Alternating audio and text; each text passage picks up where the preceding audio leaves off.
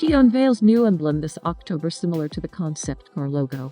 Welcome to Real Channel, a place to help you understand the world of automotive mobility.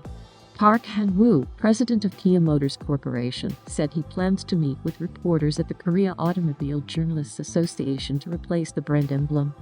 This is the first time that Kia's senior executives have made public comments about the emblem replacement plan. Park Han-woo said, "The new emblem is similar to the one at the Imagine concept car, but it will look a bit different." Kia Motors unveiled its electric concept car Imagine by Kia at the Geneva Motor Show in March last year and presented its coupe-type SUV Futureron Concept at the China International Import Fair in November.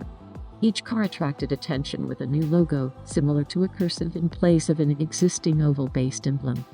Kia Motors also registered new trademarks with the Patent Office in May and November, respectively. However, it will take some time to replace the emblem entirely.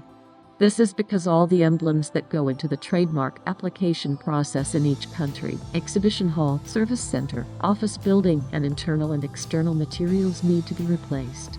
Design changes to front and rear bumpers, hoods, steering wheels, seats, and other key parts of the vehicle also take time. As a result, it is extremely unlikely that the emblems of the existing product line will be replaced in a batch. In particular, Kia Motors is more cautious because it incurs huge costs not only in Korea but also in the global market. The auto industry is looking for new cars to be released after October. I don't know what car the new logo will be from, but the new Carnival and Sportage are scheduled for the second half of this year.